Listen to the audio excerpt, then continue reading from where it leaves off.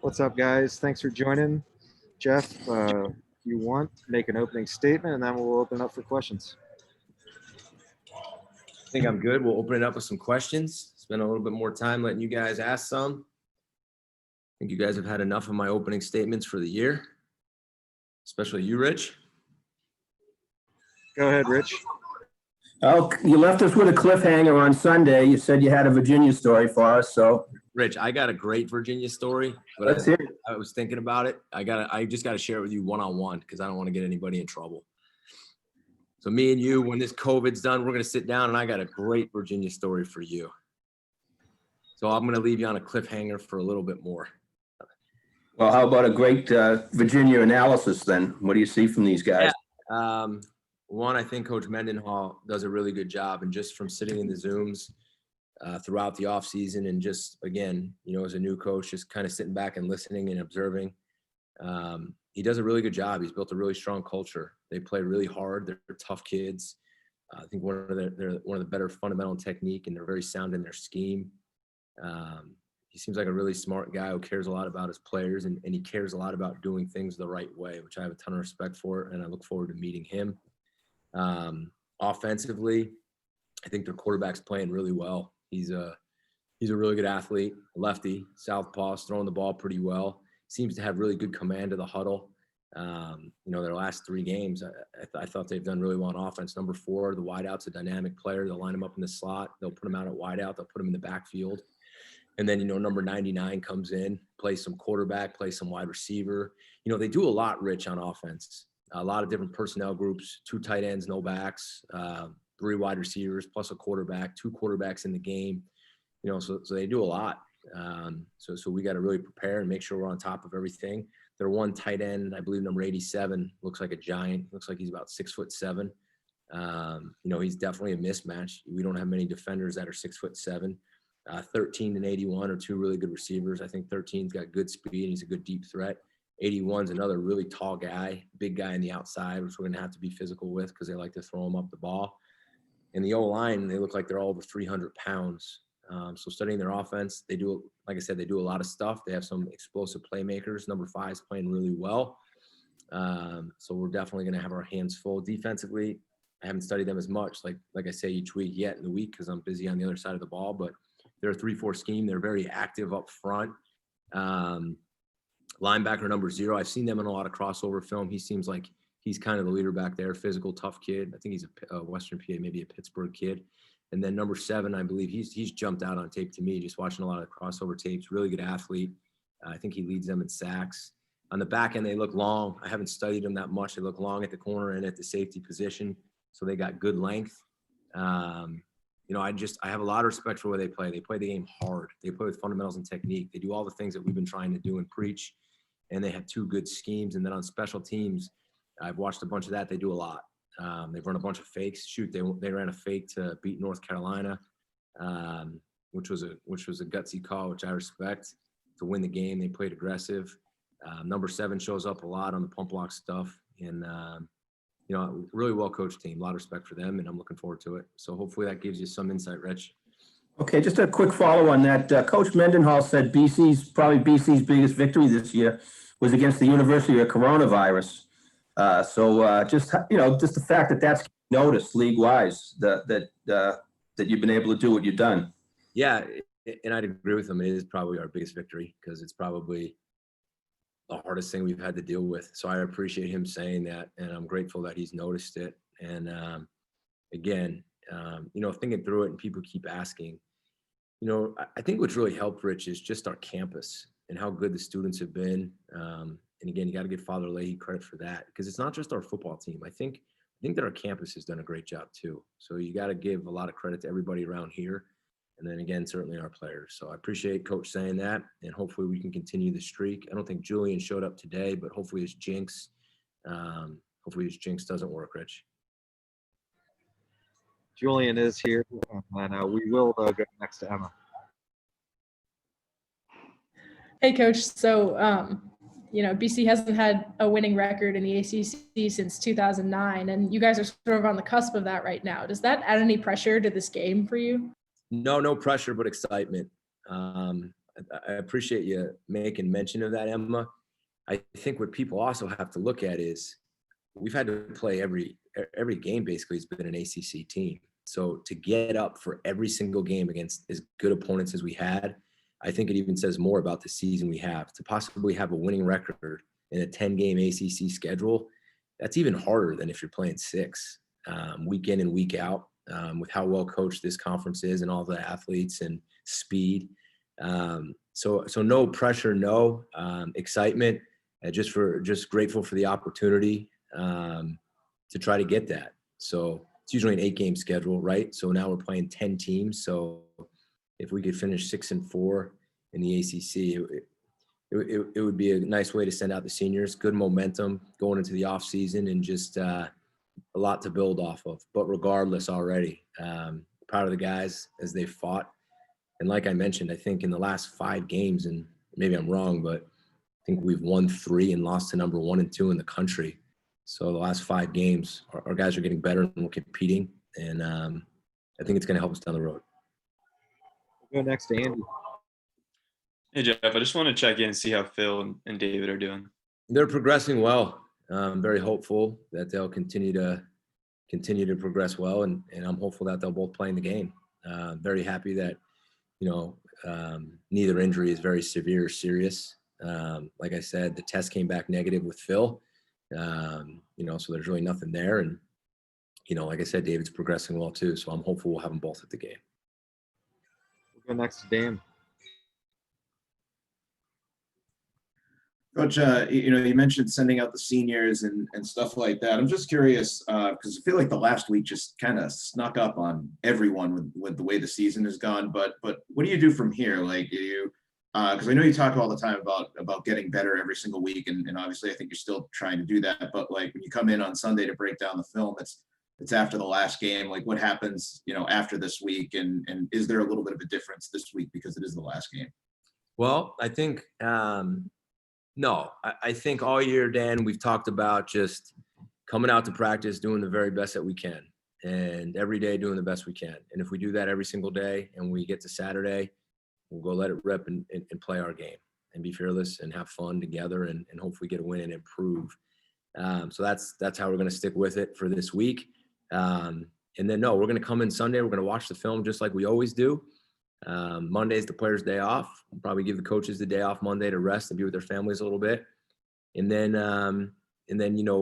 luckily we'll get some extra practices in to continue to get better. We'll give the vets some time off and work with the young guys who haven't played and continue to improve and use every practice that we're allowed to get working up to a bowl game to get better. We really missed spring ball. We missed training camp. So let's take advantage of the time that we're going to have and try to get better and better and better and see where we go. And if I can just throw one other thing on top of that, do you ever just kind of laugh that your season seems like it's going to end before everyone else, and because you guys haven't had any issues or really postponement? Is it funny? Is it just ironic that it worked out that way? It probably is ironic. I mean, I don't know how many teams have played 11 games or will have played 11 games. I don't know how many teams have played 10 games right now, Power 5. So we finish 11 before some teams play 4 or 5. It's wild, right? I'm just hopeful that the college football season can go on. I'm hopeful that these teams with all these cases get better and can finish. I'm hopeful that, the Big Ten, the Pac-12, all these conferences can finish their season and there can be a college football playoffs and we can play in bowl games and everybody stays healthy. And, but yeah, it is wild, Dan. You guys make me think of a lot of things I haven't even thought of. We'll go next to Julian. Hi, Jeff. What's up, Julian? Gotta say, you're hilarious, man. You're hilarious. No, Julian, you get a new chair? no, I'm just at my mom's house.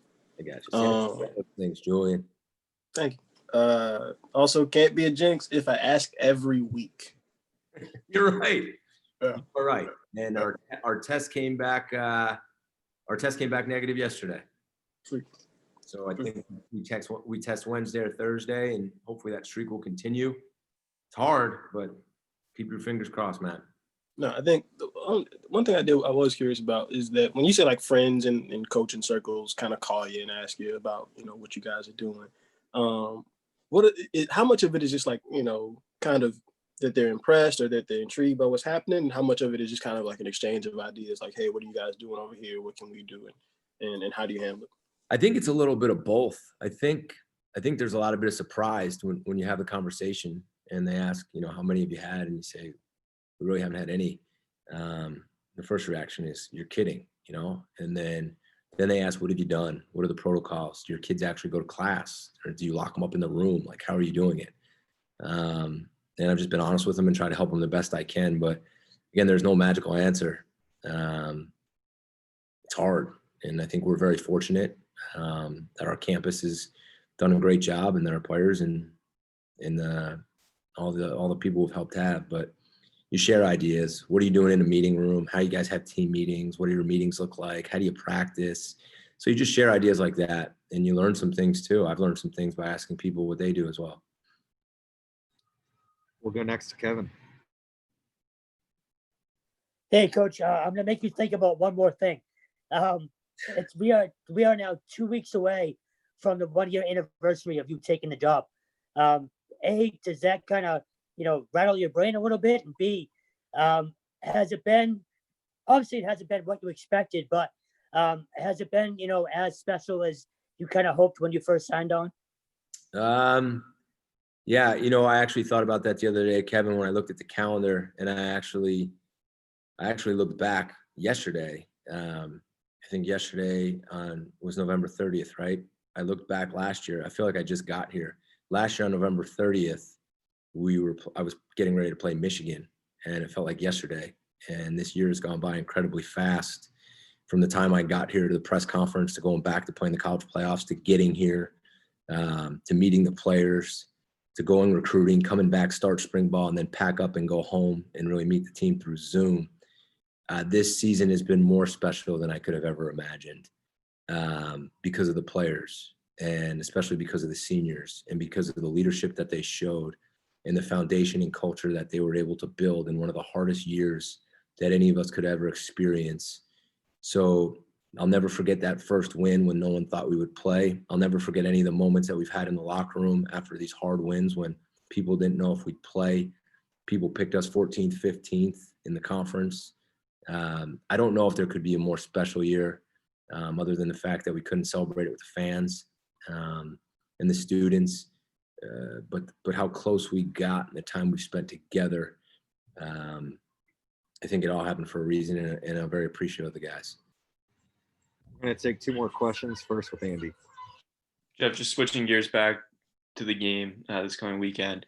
For Virginia, their leading rusher is Brennan Armstrong, as you mentioned, a great athlete. I was just wondering, you guys have faced a bunch of mobile quarterbacks this year.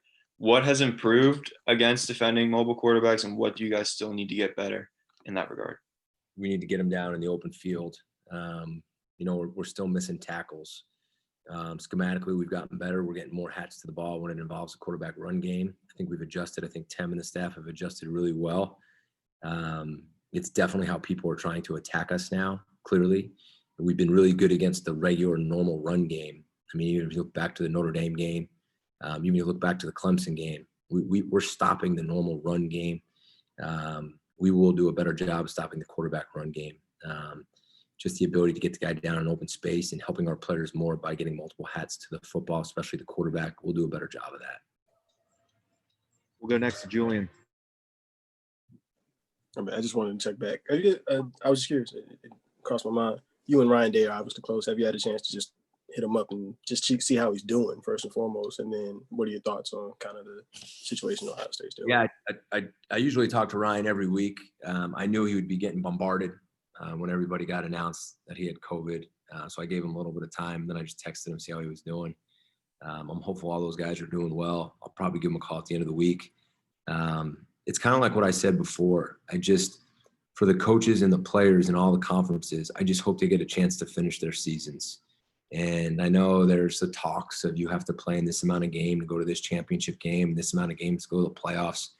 I'm just hopeful for those kids and the seniors in all the conferences on all those teams that they get a chance to finish their season So they get the opportunity, if they deserve, to play in the championship game. And I'm hoping that NCAA allows them to do that if they're deserving to. So it's a crazy year, and to not make exceptions, right? I mean, you never know what tomorrow's going to bring. So you got to adjust and adapt. That's how we've survived it. So hopefully they'll continue to do that and give these players who've worked so hard the opportunity to do so. We'll wrap things up with Rich. I didn't even think of that anniversary thing, but you know, you were hired by Martin Jarman, but you've done all your work for Patrick Kraft. How's that relationship developed? It's awesome. I'm not sure how much time you guys have spent around him. He's a football guy. He's had my back. He's helped me out a ton. I consider him a friend already. We talk daily. We comes by constantly, comes to practice, so supportive. The guy loves football. Sometimes I look over on the sideline. He's standing there on the 10-yard line, cheering louder than anybody. I just, again, so grateful to Martin for hiring me, and I'll forever be grateful for that. And I text him before the games, hoping they win. And obviously I work for Coach Kelly, so it's so cool that they're both out there together. You know, sometimes things work out for everybody. They worked out for Martin, and I think it's worked out for Pat and myself. And I'm very excited about our future here together. And I think it's going to be fun. Jeff, thank you very much for your time. We appreciate it. All right, guys, have a great day. I'll see you tomorrow. We will have Josh Berry coming up next.